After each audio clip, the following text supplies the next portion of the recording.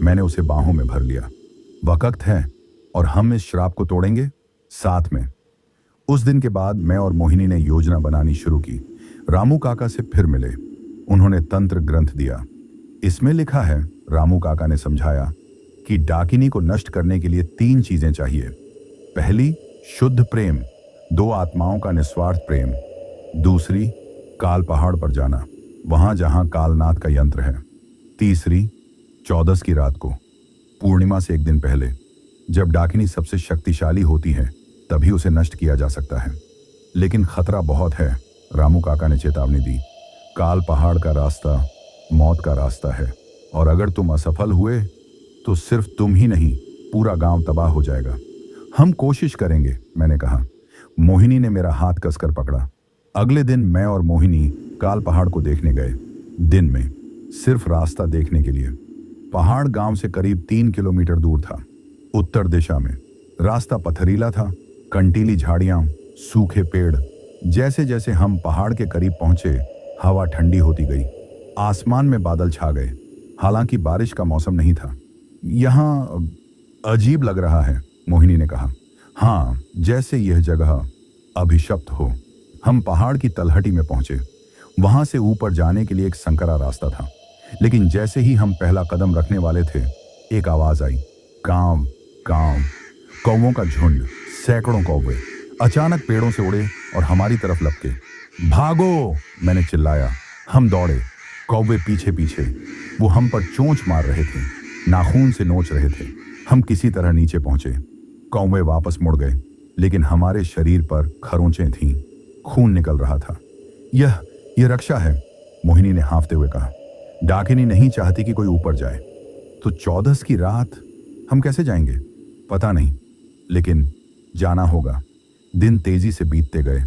25 दिन, 20 दिन, 15 दिन। हर दिन मोहिनी का निशान और गहरा होता जा रहा था। दर्द बढ़ता जा रहा था। कई बार रात में उसे इतना दर्द होता कि वो बेहोश हो जाती। मैं उसके पास रहता, उसका हाथ पकड़े रहता, उसे हिम्मत देता। बस कुछ ही दिन मोहिनी, फिर सब ठीक हो जाएगा। लेकिन अंदर से मैं खुद डरा हुआ था। क्या मैं सच में उसे बचा पाऊंगा? 10 सितंबर, 4 दिन बचे थे 14 में। उस रात मुझे फिर सपना आया, लेकिन इस बार मैं काल पहाड़ के ऊपर था। एक गुफा, अंदर अंधेरा, लेकिन बीच में एक लाल रोशनी। मैं अंदर गया। गुफा की दीवारों पर खून से बने चित्र, तांत्रिक चिन्ह, खोपड़ियां, हड्डियां, और बीच में एक यंत्र, पत्थर का, 13 कोणों वाला। यंत्र के बीच एक खोपड़ी, इंसान की, लेकिन वो हिल रही थी, जैसे जिंदा हो। मैं करीब गया। खोपड़ी के आंख के गड्ढों से काली रोशनी निकल रही थी, और फिर खोपड़ी बोली, तुम आओगे और तुम मरोगे। आवाज कालनाथ की थी।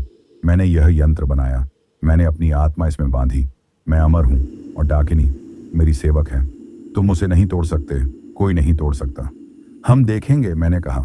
खोपड़ी ने हंसना शुरू किया, भयानक हंसी, और फिर यंत्र से काला धुआं निकला। वो धुआं मेरी तरफ बढ़ा। मैं भागने की कोशिश की, लेकिन मेरे पैर पत्थर हो गए। धुआं मेरे चारों तरफ घूमने लगा। मैं चीखा और आंख खुल गई। सुबह के 5 बज रहे थे। मैं पसीने से लथपथ था, दिल तेजी से धड़क रहा था। यह सिर्फ सपना था, मैंने खुद को समझाया। लेकिन था क्या? या फिर कालनाथ मुझे दिखा रहा था कि मेरा इंतजार क्या कर रहा है? 13 सितंबर, कल 14 थी। पूरे गांव में तनाव था। लोग जल्दी जल्दी अपने घरों की तैयारी कर रहे थे। दरवाजे खिड़कियों की मरम्मत, राख की व्यवस्था, भोजन का स्टॉक। सरपंच ने सुबह मंदिर में एक सभा बुलाई। कल 14 है, उन्होंने कहा, सबसे खतरनाक रात। इस बार विशेष सावधानी बरतनी होगी। उन्होंने मेरी तरफ देखा। उनकी आंखों में आरोप था। कुछ लोग नियम तोड़ रहे हैं, उससे हम सबको खतरा है। पूरी सभा ने मेरी तरफ देखा। सरपंच आगे बोले, विक्रम जी, मैं जानता हूं आप मोहिनी से मिल रहे हैं। यह गलत है। आप उसे और खुद को खतरे में डाल रहे हैं। मैं जानता हूं, मैंने कहा। तो फिर रुक क्यों नहीं जाते? क्योंकि मैं उससे प्यार करता हूं और मैं उसे बचाऊंगा। सभा में खुसर पुसर शुरू हो गई। सरपंच ने हाथ उठाकर सबको चुप कराया। विक्रम जी, आप नहीं जानते आप क्या कह रहे हैं। पिछले 97 सालों में कई लोगों ने कोशिश की, सब मर गए। आप भी। मैं अलग हूं, मैंने बीच में कहा। मुझे रास्ता पता है और कल रात मैं काल पहाड़ जाऊंगा। पूरी सभा सन्न रह गई। गोपाल जी उठे। विक्रम जी, ये पागलपन है। काल पहाड़, वहां से कोई वापस नहीं आया। मैं आऊंगा, मैंने कहा, मोहिनी के साथ। तभी मोहिनी खड़ी हो गई। वो पीछे बैठी थी। विक्रम सच कह रहा है, उसने कहा।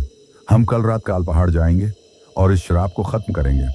लेकिन अगर तुम असफल हुए, किसी ने पूछा, तो हम मर जाएंगे, मोहिनी ने सीधे कहा।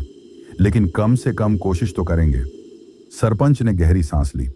ठीक है, तुम जाना चाहते हो, जाओ, लेकिन याद रखो, अगर तुम असफल हुए तो पूरा गांव तबाह हो सकता है। हम असफल नहीं होंगे, मैंने कहा, लेकिन अंदर से मुझे यकीन नहीं था। उस दिन शाम को मैं और मोहिनी रामू काका के पास गए। उन्होंने हमें तंत्र ग्रंथ दिया, साथ में कुछ चीजें, एक तांबे का कटोरा, लाल कपड़ा, कुछ जड़ी बूटियां। ये सब काम आएगा, उन्होंने कहा। जब तुम यंत्र के पास पहुंचो तो इन जड़ी बूटियों को कटोरे में जलाना। इससे एक सुरक्षा कवच बनेगा। थोड़ी देर के लिए डाकिनी दूर रहेगी। उस समय तुम्हें यंत्र तोड़ना होगा और खोपड़ी, कालनाथ की खोपड़ी, उसे नष्ट करना होगा। कैसे, मैंने पूछा। शुद्ध प्रेम की शक्ति से। तुम और मोहिनी, तुम दोनों को एक साथ एक ही समय पर अपने प्रेम की ऊर्जा खोपड़ी में डालनी होगी। यह कैसे होगा?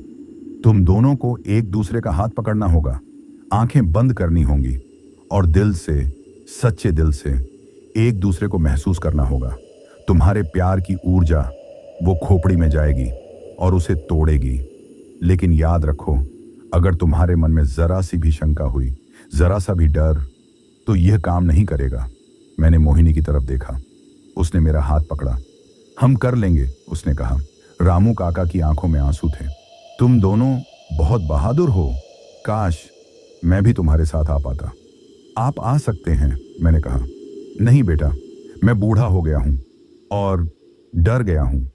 50 साल पहले जो मैंने देखा वो आज भी मुझे सताता है। मैं फिर वहां नहीं जा सकता।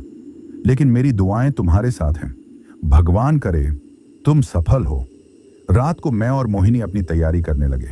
मोहिनी अपने घर गई, अपनी दादी से मिली। दादी जानती थी कि कल क्या होने वाला है। वो रो रही थी। बेटी, तू मत जा, प्लीज, मैं तुझे खोना नहीं चाहती। दादी, मोहिनी ने उन्हें गले लगाया। अगर मैं नहीं गई तो भी मैं मर जाऊंगी। कम से कम इस तरह मैं लड़ सकती हूं। लेकिन दादी, आपने मुझे हमेशा हिम्मत दी। अब भी दो, मुझे आशीर्वाद दो। दादी ने रोते हुए मोहिनी के माथे पर हाथ रखा। जा बेटी, जी के आना। मैं अपने घर में था, अपना सामान पैक कर रहा था। टॉर्च, पानी की बोतल, चाकू, रस्सी। तभी दरवाजा खुला। गोपाल जी थे। विक्रम जी, मैं आपको रोकने आया था, लेकिन अब मुझे लगता है कि आप सही हैं। यह गांव 97 सालों से डर में जी रहा है। शायद अब आजादी का वक्त आ गया है। उन्होंने मेरे कंधे पर हाथ रखा। मेरी दुआएं आपके साथ हैं। और हां, अगर आप वापस आए तो मैं आपकी और मोहिनी की शादी करवाऊंगा, खुद। मैं मुस्कुरा दिया। पक्का? पक्का। 14 सितंबर, 14 की रात। दिन सामान्य रूप से बीता। मैं स्कूल गया, बच्चों को पढ़ाया, लेकिन मन कहीं और था।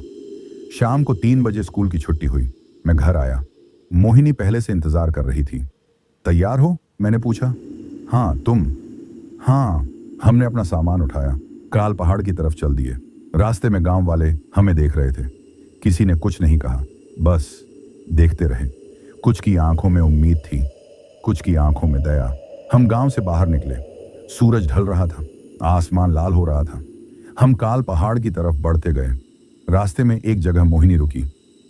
विक्रम, मुझे कुछ कहना है। कहो। अगर हम सफल नहीं हुए, अगर मैं मर गई, तो तुम खुद को दोष मत देना, समझे? मैंने उसका हाथ पकड़ा। हम सफल होंगे और तुम नहीं मरोगी, मैं वादा करता हूं। लेकिन मैंने उसे चुप कराया और गले लगा लिया। समय रुक गया। दुनिया गायब हो गई। बस हम दोनों थे। जब हम अलग हुए तो मोहिनी मुस्कुरा रही थी।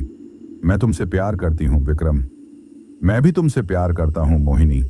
हमने फिर से चलना शुरू किया। शाम 6 बजे हम काल पहाड़ की तलहटी में पहुंचे। पहाड़ काला दिख रहा था, जैसे अंधेरे से बना हो। ऊपर जाने का रास्ता संकरा था, पत्थरीला। चलो, मैंने कहा। हमने चढ़ाई शुरू की। पहले कुछ मिनट तो सब ठीक रहा, लेकिन फिर हवा तेज हो गई, ठंडी, बहुत ठंडी। आसमान में बादल छा गए, चांद गायब हो गया, अंधेरा हो गया। मैंने टॉर्च जलाई, हम ऊपर चढ़ते गए। रास्ते में अजीब चीजें दिखने लगीं।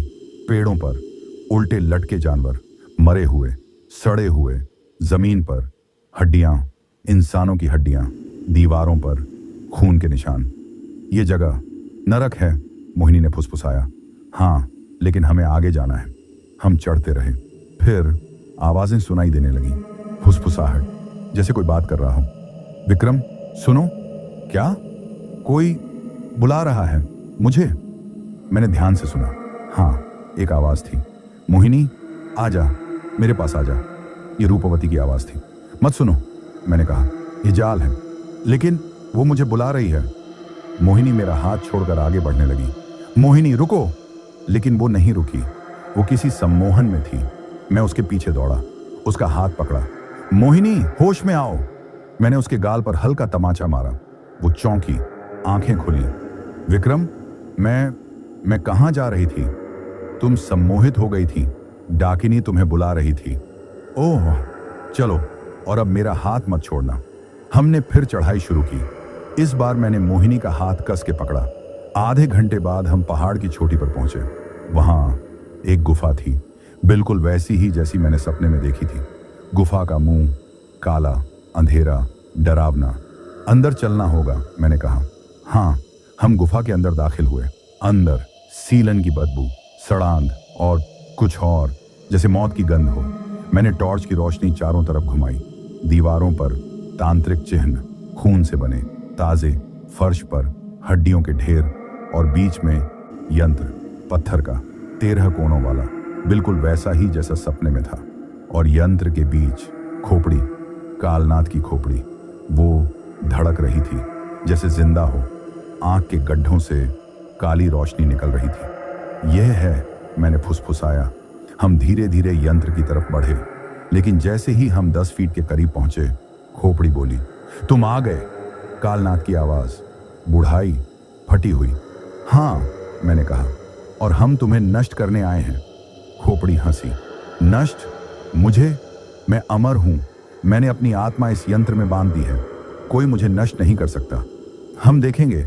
मैंने तांबे का कटोरा निकाला, उसमें जड़ी बूटियां डाली, माचिस से आग लगाई। जड़ी बूटियां जलने लगी, सफेद धुआं निकला, तेज गंध। खोपड़ी चीखी, नहीं, ये क्या है? शुद्धता, मैंने कहा, जो तुम्हारी गंदगी को मिटाएगी। धुआं यंत्र के चारों तरफ फैल गया, एक सुरक्षा कवच बन गया। अब मोहिनी, मैंने चिल्लाया। मैं और मोहिनी यंत्र के पास गए, खोपड़ी के सामने खड़े हुए। हमने एक दूसरे का हाथ पकड़ा। आंखें बंद करो, मैंने कहा। हम दोनों ने आंखें बंद की। अब सिर्फ एक दूसरे को महसूस करो, हमारे प्यार को महसूस करो।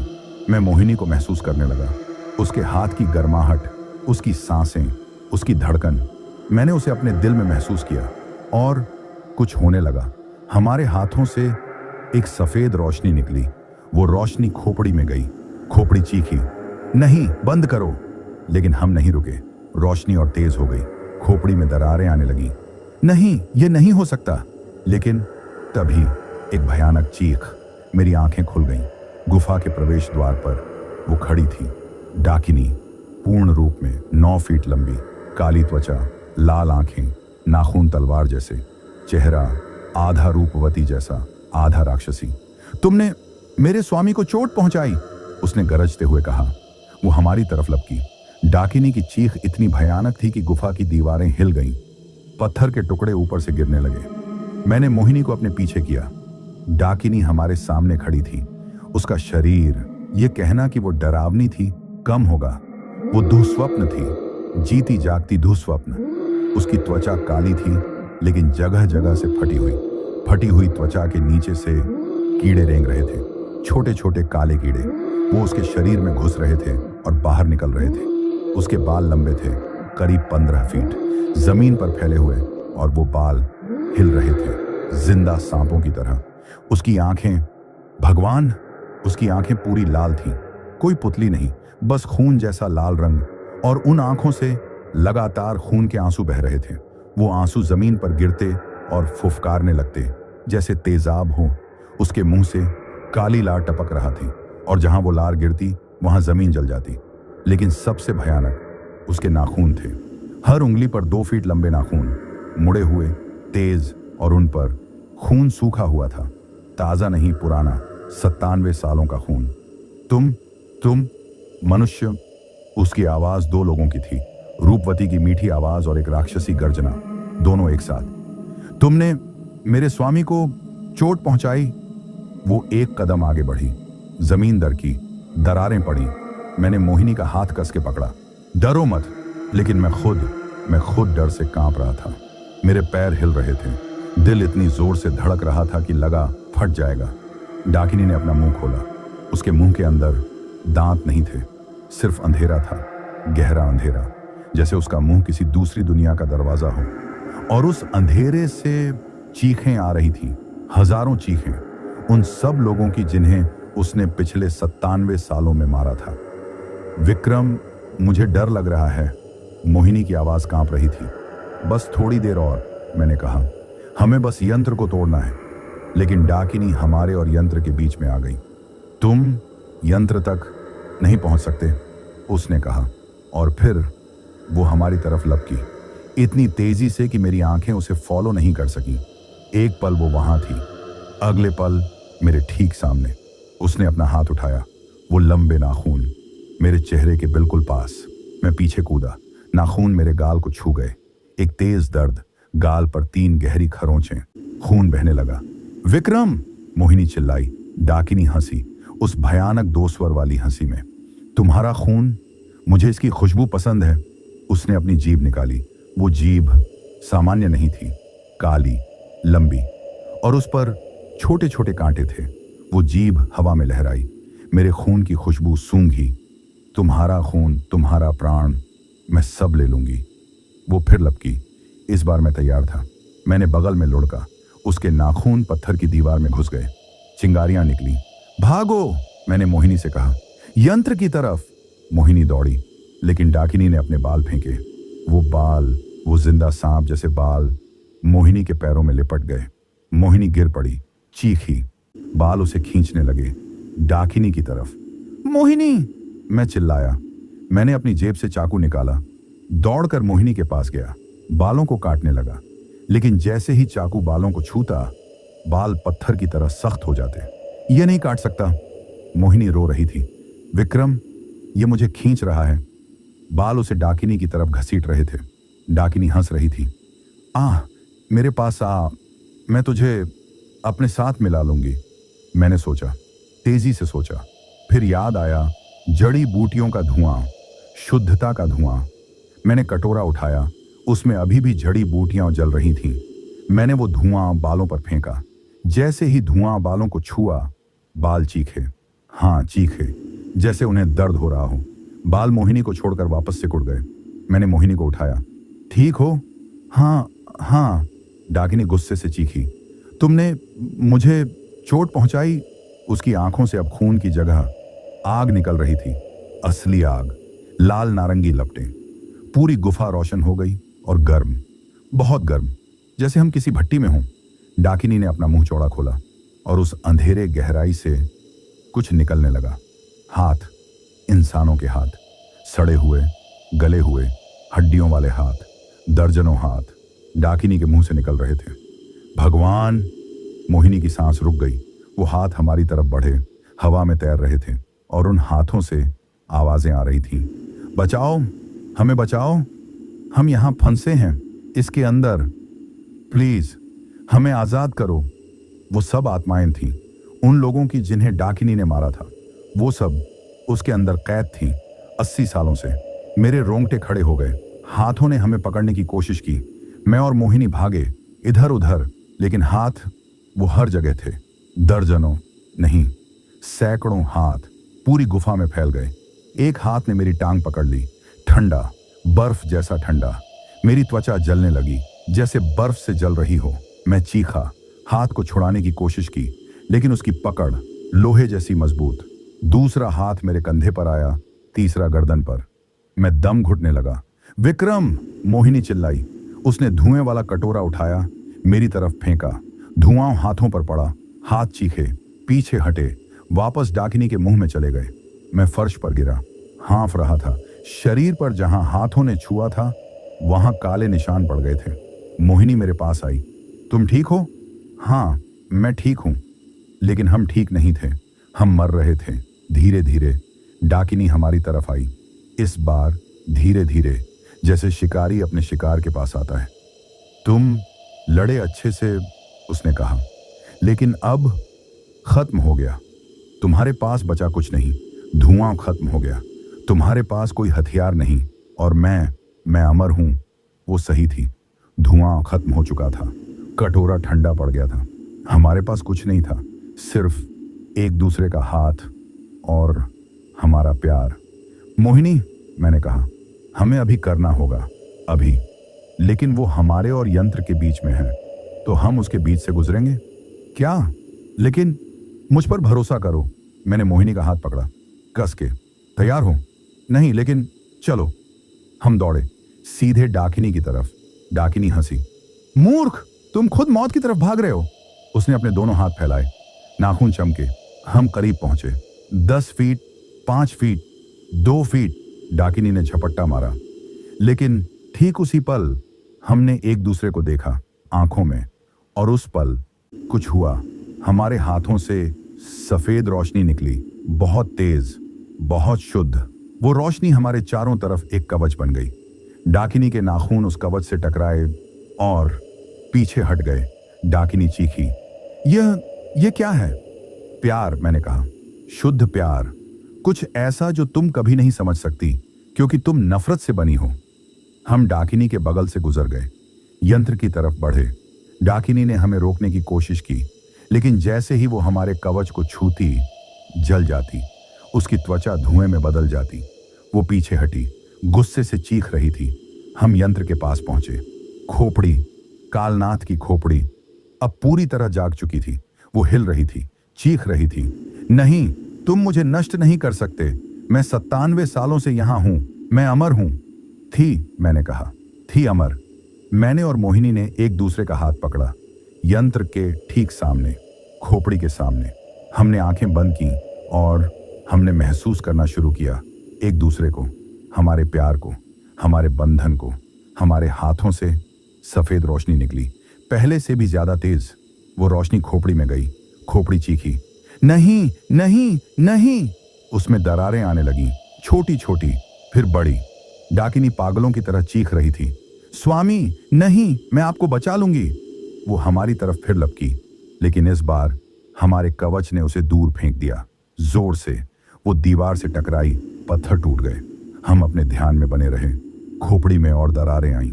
अरे नहीं, मेरे 98 साल, मेरी तपस्या, सब बर्बाद। कालनाथ की आवाज कमजोर होती जा रही थी, और फिर एक तेज रोशनी। खोपड़ी फट गई, धमाका इतना जोर का कि पूरी गुफा हिल गई। खोपड़ी के टुकड़े उड़ गए और उनमें से काला धुआं निकला, बहुत सारा। वो धुआं चीख रहा था, नहीं, नहीं। धुआं तेजी से ऊपर गया, गुफा की छत से टकराया और गायब हो गया। कालनाथ खत्म हो गया था, यंत्र टूट गया, पत्थर के टुकड़े टुकड़े हो गए। हमने आंखें खोली, लेकिन डाकिनी अभी भी थी। वो फर्श पर पड़ी थी, कमजोर लेकिन जिंदा। नहीं, वो फुसफुसाई, मेरे स्वामी चले गए, लेकिन मैं अभी भी हूं। वो धीरे धीरे खड़ी हुई, उसका शरीर टूट रहा था, त्वचा झड़ रही थी, लेकिन वो अभी भी खतरनाक थी। अगर मेरे स्वामी नहीं रहे तो कोई नहीं रहेगा। मैं तुम सबको मार दूंगी, पूरे गांव को तबाह कर दूंगी। वो हमारी तरफ बढ़ी। विक्रम, मोहिनी डर गई। अब क्या करें? मुझे नहीं पता था। हम कालनाथ को तो नष्ट कर चुके थे, लेकिन डाकिनी।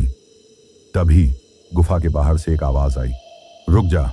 हम सब मुड़े, वहां रामू काका खड़े थे। रामू काका! मैं चौंक गया। आप यहां?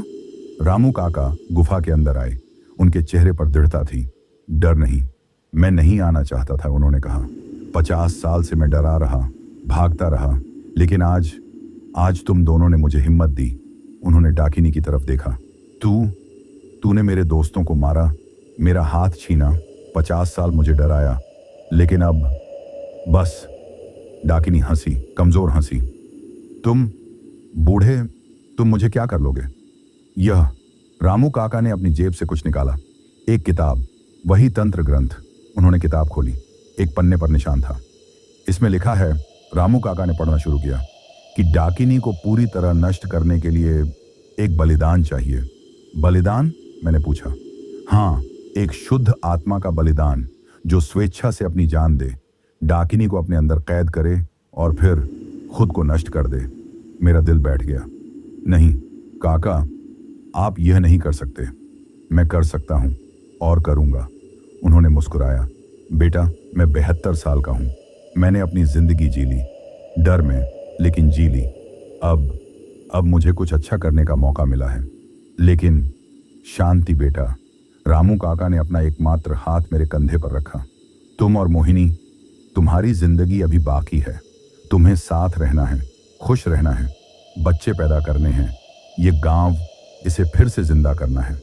मैं यह नहीं कर सकता तुम्हारे बिना। कर सकते हो और करोगे। उन्होंने डाकिनी की तरफ मुड़े। आ दुष्ट आत्मा, आ मेरे अंदर। मैं तुझे कैद करूंगा, हमेशा के लिए। डाकिनी हंसी। तुम मुझे कैद करोगे? मैं तुम्हारी आत्मा को चूस लूंगी, तुम्हें नष्ट कर दूंगी। कोशिश कर। रामू काका ने अपनी आंखें बंद की। मंत्र पढ़ने लगे, तंत्र ग्रंथ से। मंत्र पुराने थे, संस्कृत में, भयानक, शक्तिशाली। जैसे जैसे वो पढ़ते गए, डाकिनी कमजोर होती गई। नहीं, ये क्या हो रहा है? मुझे खींचा जा रहा है। डाकिनी का शरीर धुएं में बदलने लगा। काला धुआं, वो धुआं रामू काका की तरफ खींचने लगा। डाकिनी चीखी, नहीं, मैं नहीं जाऊंगी। लेकिन मंत्र बहुत शक्तिशाली थे। धुआं रामू काका के मुंह में जाने लगा, नाक में, कानों में। रामू काका का शरीर कांपने लगा। उनका चेहरा लाल पड़ गया, फिर नीला, फिर काला। काका, मैं चिल्लाया, लेकिन वो नहीं रुके। वो लगातार मंत्र पढ़ते रहे। पूरी डाकिनी, पूरा काला धुआं रामू काका के अंदर चला गया। गुफा में अचानक शांति हो गई। डाकिनी गायब हो गई थी। रामू काका फर्श पर गिरे। मैं और मोहिनी उनके पास दौड़े। काका, काका। उन्होंने आंखें खोली, लेकिन वो आंखें अब काली थी, पूरी काली।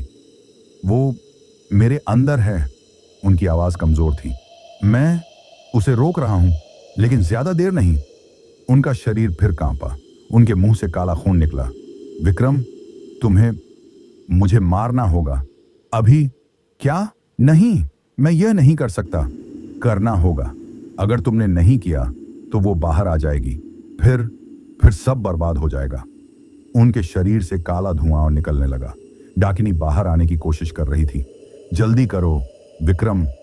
पत्थर, किसी पत्थर से मेरे सिर पर। मेरे हाथ कांप रहे थे, आंसू निकल रहे थे। मैं नहीं कर सकता। तुम्हें करना होगा, रामू काका चिल्लाए। मोहिनी के लिए, गांव के लिए। मोहिनी ने मेरा हाथ पकड़ा। वो भी रो रही थी। विक्रम, उन्होंने अपनी जान दी हमारे लिए। अब हमें उनकी इच्छा पूरी करनी होगी। मैंने एक बड़ा पत्थर उठाया। हाथ कांप रहे थे। माफ करना काका, मुझे माफ कर देना। मैंने पत्थर उठाया। रामू काका मुस्कुराए। कोई माफी नहीं बेटा, तुम खुश रहना हमेशा। मैंने आंखें बंद की और पत्थर नीचे गिरा दिया। एक भयानक आवाज, हड्डी टूटने की आवाज, फिर शांति। मैंने आंखें खोली। रामू काका चले गए थे। उनके शरीर के अंदर का काला धुआं गायब हो गया था। डाकिनी अब सच में खत्म हो गई थी। मैं रामू काका के शरीर के पास बैठ गया, रोने लगा जोर जोर से। मोहिनी भी मेरे बगल में बैठ गई, रो रही थी। हम देर तक ऐसे ही बैठे रहे। कुछ समय बाद हमने रामू काका के शरीर को उठाया, गुफा से बाहर लाए। रात खत्म हो रही थी, सुबह होने वाली थी। हम पहाड़ से नीचे उतरे, रामू काका के शरीर को साथ लेकर। जब हम गांव पहुंचे तो सुबह हो चुकी थी। गांव वाले बाहर आ चुके थे, सब हमें देख रहे थे। सरपंच आगे आए। उन्होंने रामू काका के शरीर को देखा, समझ गए। रामू काका, उन्होंने बलिदान दे दिया? हाँ, मैंने कहा। उन्होंने डाकिनी को अपने अंदर कैद किया और खुद को नष्ट कर दिया।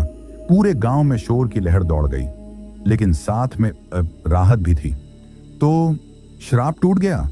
किसी ने पूछा। हाँ, मोहिनी ने कहा।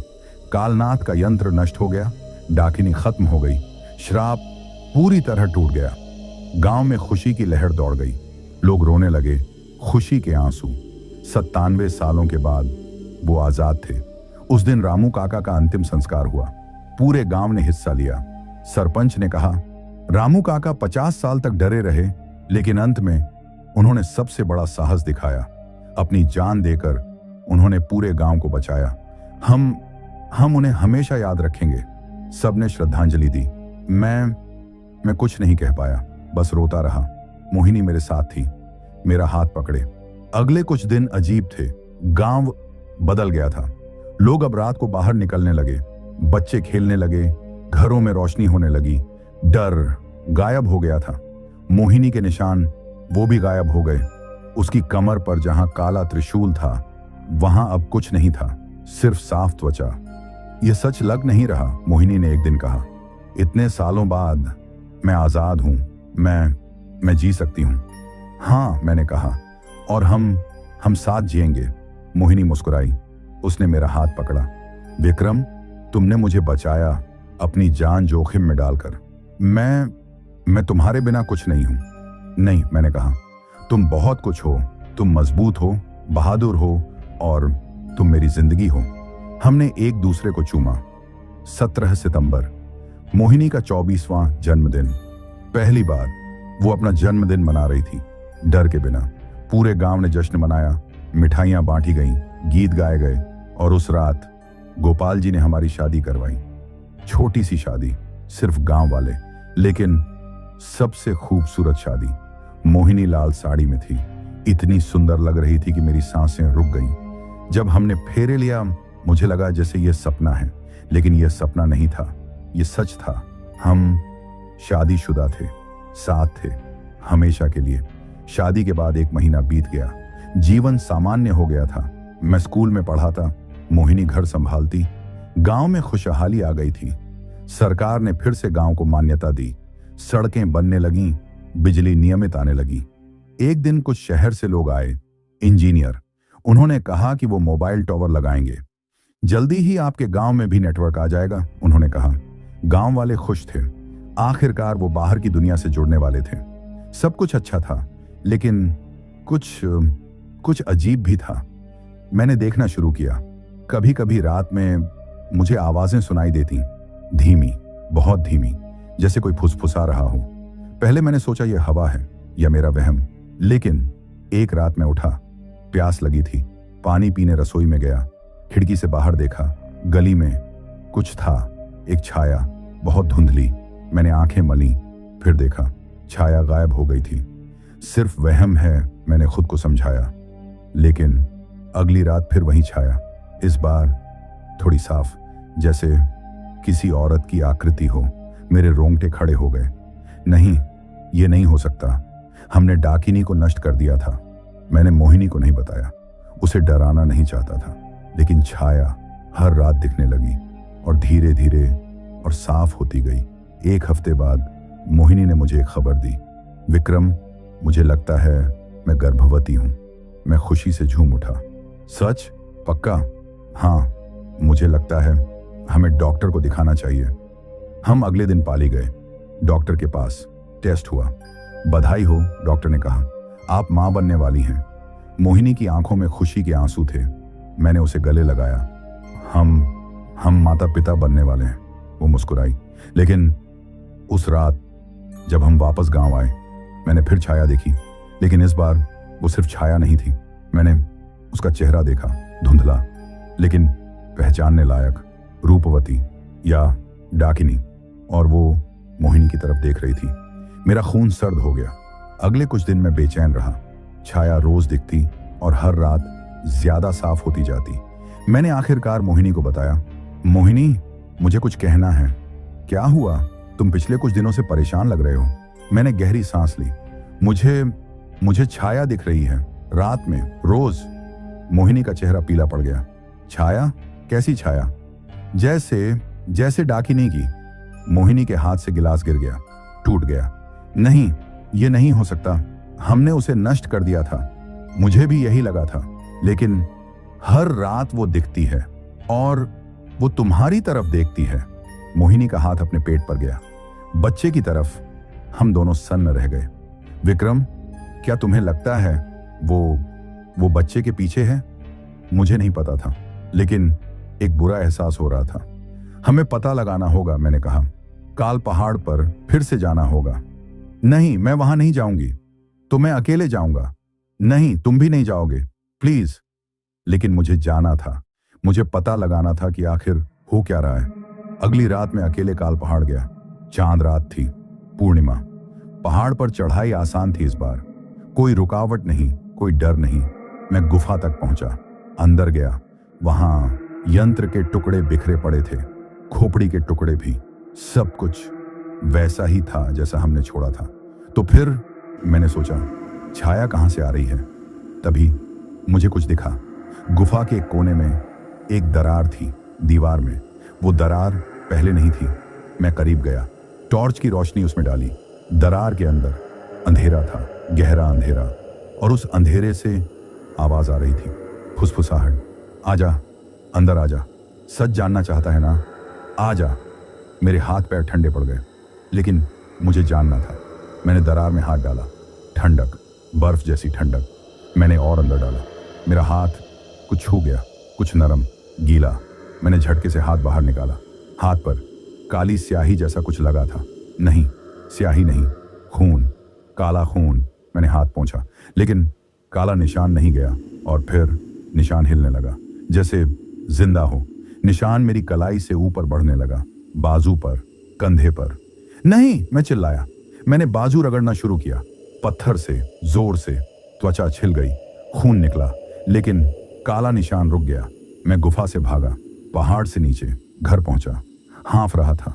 मोहिनी सो रही थी। मैं उसके बगल में लेटा, उसे देखता रहा। वो इतनी शांत लग रही थी, इतनी सुंदर। मेरा हाथ उसके पेट पर गया। वहां हमारा बच्चा था। मैं तुम्हें बचाऊंगा, मैंने फुसफुसाया। तुम दोनों को, चाहे कुछ भी हो जाए।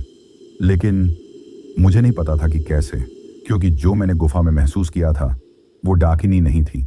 वो कुछ और था, कुछ ज्यादा पुराना, ज्यादा खतरनाक। और वो जाग रहा था। 1 महीने बाद मोहिनी का पेट बढ़ने लगा। वो खुश थी, चमक रही थी। लेकिन मैं हर रात उस छाया को देखता। वो अब और साफ हो गई थी, और हर रात मोहिनी के कमरे की खिड़की के बाहर खड़ी रहती, अंदर देखती रहती। मोहिनी को नहीं दिखती थी, सिर्फ मुझे। जैसे वो मुझे संदेश दे रही हो। मैं इंतजार कर रही हूं बच्चे का। वो पैदा होगा। और फिर एक रात मैं सो नहीं पाया, बाहर निकला, छाया के पास गया। तुम क्या चाहती हो? मैंने पूछा। छाया ने मुड़कर मुझे देखा। इस बार मैंने उसका पूरा चेहरा देखा। रूपवती थी, लेकिन बदली हुई। आधा चेहरा सुंदर, आधा सड़ा हुआ। उसने मुस्कुराने की कोशिश की, एक विकृत मुस्कान। बच्चा, उसने फुसफुसाया। मुझे बच्चा चाहिए। क्यों? पुनर्जन्म, मेरा पुनर्जन्म। मैं उस बच्चे में फिर से जन्म लूंगी। मेरी सांस रुक गई। नहीं, मैं यह नहीं होने दूंगा। छाया हंसी। तुम रोक नहीं सकते, यह पहले से तय है। जब तुमने मोहिनी से प्यार किया, जब तुमने उसे बचाया, तब मैंने नया रास्ता ढूंढ लिया। बच्चा मेरा बच्चा है, वो मोहिनी की कोख में है, लेकिन आत्मा मेरी है। झूठ, मैं चिल्लाया। सच। छाया धीरे धीरे गायब होने लगी। तुम देखोगे, जब बच्चा पैदा होगा, तुम देखोगे। और वो गायब हो गई। मैं वहीं खड़ा रह गया, सन्न, डरा हुआ। 6 महीने बाद मोहिनी 9 महीने की गर्भवती थी। डिलीवरी का समय करीब था। हमने पाली के एक अस्पताल में भर्ती करवाया, लेकिन मेरे मन में डर था, बहुत गहरा डर। क्या वाकई बच्चे में डाकिनी की आत्मा होगी, या फिर यह सिर्फ मेरा वहम था? डिलीवरी की रात आई, 14 तारीख, 14 की रात। मोहिनी को लेबर पेन शुरू हो गया। डॉक्टर्स उसे ऑपरेशन थिएटर में ले गए। मैं बाहर बैठा इंतजार कर रहा था। घंटे बीतते गए। फिर एक चीख, मोहिनी की चीख। फिर बच्चे का रोना। डॉक्टर बाहर आई। बधाई हो, आपकी एक बेटी हुई है। बेटी, मेरी बेटी। मैं खुशी से रोने लगा। मैं उसे देख सकता हूं? हाँ, आइए। मैं अंदर गया। मोहिनी बिस्तर पर लेटी थी, थकी हुई, लेकिन मुस्कुरा रही थी। उसकी गोद में एक छोटी सी बच्ची। मैं करीब गया। बच्ची को देखा। वो बिल्कुल मोहिनी जैसी लग रही थी, इतनी प्यारी, इतनी मासूम। मैंने उसे गोद में लिया। हमारी बेटी, मोहिनी ने कहा।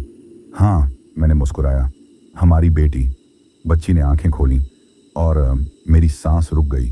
उसकी आंखें एक पल के लिए बिल्कुल काली हो गईं, फिर वापस सामान्य।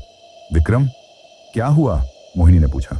कुछ कुछ नहीं, मैंने झूठ बोला, लेकिन मेरे हाथ कांप रहे थे क्योंकि मैंने देखा था उन काली आंखों में। मैंने उसे देखा था, डाकिनी को। वो मुस्कुरा रही थी। आज 3 साल बीत गए हैं। हमारी बेटी रूपा 3 साल की हो गई है। वो बाकी बच्चों जैसी ही है, खेलती है, हंसती है, रोती है, सब कुछ सामान्य है। लेकिन कभी कभी रात में जब मैं उसके कमरे में जाता हूँ, मैं उसे देखता हूँ। वो अंधेरे में खड़ी होती है, खिड़की के पास, बाहर देख रही होती है। और जब मैं उससे पूछता हूँ, रूपा तुम क्या देख रही हो, वो मुड़ती है और मुस्कुराती है, एक अजीब मुस्कान, और कहती है, कुछ नहीं पापा, बस अपनी दोस्त को देख रही थी। कौन सी दोस्त? वो खिड़की के बाहर इशारा करती है। वो काली औरत, वो रोज आती है, मुझसे बातें करती है। मेरा खून सर्द हो जाता है। वो तुमसे क्या कहती है? रूपा फिर मुस्कुराती है। वो कहती है, जल्दी ही हम साथ खेलेंगे, हमेशा के लिए। और मैं जानता हूं यह खत्म नहीं हुआ है, यह सिर्फ शुरुआत है। 14वीं की रात फिर से आएगी, और इस बार मेरी बेटी शायद वो नहीं रहेगी जो अभी है।